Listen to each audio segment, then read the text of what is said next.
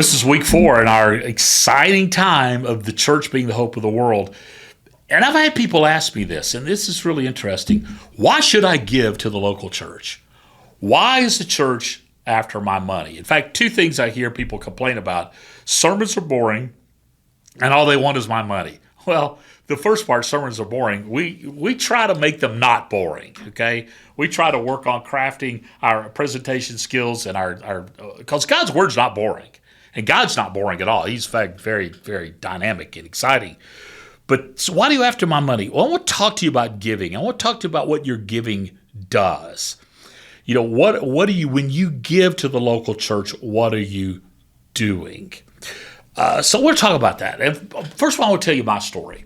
We've been married, Tara and I have been married 44 years. We made a decision early on, in fact, right at the beginning of our marriage, that we were going to give to the church, to the Lord. And we're going to give to the Lord through the local church. Now get that. We're going to give to the Lord through the local church. We're not giving to the church, we're giving to the Lord, but we use the vehicle of the local church. Why? Because the local church is the hope of the world. The local church is God's strategic plan to bring his peace into the world. So we're going to give to the local church. And we made that decision. There were times we didn't have any money, and God was still faithful as we gave. I remember writing a check to our little church in New Orleans when we were in seminary for $35. That was what we were supposed to give, $35. And it was going to bounce. The check was going to bounce. That week, we got actually that next Monday, we got a check in the mail for $300 from a little old lady in a church that heard me sing someplace. Said, Pastor, I was just thinking about you, and I just thought you and Tara might need some money. And said it's $300. Okay. That's God's faithfulness. And I could tell you story after story after story. Now you think, well, you're a preacher. Your stories don't count. I want to tell you something. They do count to me. Because when I go to HEB, I have to pay for it just like you do. I mean, people aren't saying, Pastor Scott, here's a house you can live in. They don't do that. I have to live just like you do. But that giving to God is such a privilege. And we made that decision. And that decision has changed our life. Now, what has it done for us? What does it do? This is what it does for me. It grows my faith. It grows my dependence upon God.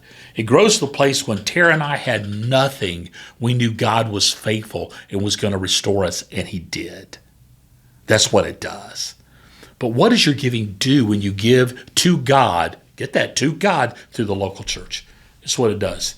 It helps us bring God's peace. It helps us to love people who are hurting.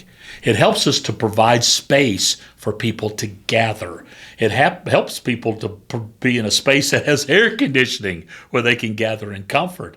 It helps to provide salaries for those who say, we're going to serve God full time. What does that mean? Well, you say, well, Scott, you're paying yourself. Okay, but you know what I'm doing? The salary I get from the church for serving God, I give back to him. There's no place in the world that asks their employees to give back to the company. No, because I give to the Lord through the local church. Because it's all about him.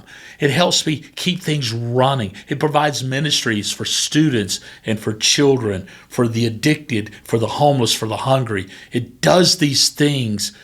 That's why I give. I give to do the good that needs to be done and the love that needs to be shown, and that giving changes my life. It says in the book of Malachi to bring all the tithes into the storehouse so there will be food in my house. I went, what does that mean? It means this.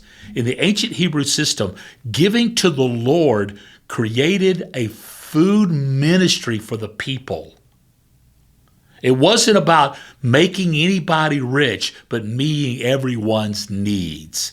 That's why we give to the Lord through the local church. Now, I want to challenge you in this. This church, man, we excel in so many good ways. But just like the church in Corinth, there's one thing we lack, and that is the spirit of generosity, the spirits of giving. We look around, we got this beautiful building, and we got this beautiful land, and then we have all these things that people who bought things for us, special projects, and we think, they don't need my money. No, it's not about, well, we need your money. You need to give your money to the Lord, to the local church. Now, wherever that is, give to the Lord. through the local church. And then that starts changing your heart. Your heart. Why? God's faithful. And he wants us to give to him. Not grudgingly or of necessity, it says in the Corinthian church where Paul said you lacked in these things, because he loves a cheerful giver. And remember, we're not after your money, we're after your heart. But I want to tell you something. Wherever your treasure is, that's where your heart is. So I would not be helping you. I would not be keeping a brand promise to you if I did not tell you about the wonderful act of giving to the Lord. Now, this is a hard subject for us to talk about. I don't have any struggle talking about it because I know what it'll do for me personally. Do it for collectively. I know what the church can do to be the hope of the world. So I pray that you'll have a great discussion about this and that you'll learn to be a great giver. Why? Because God demonstrated his love for us while we were sinners. Christ died for us. Christ gave himself to us so I can give myself to him. And that includes my resources, all for Jesus. Have a great discussion.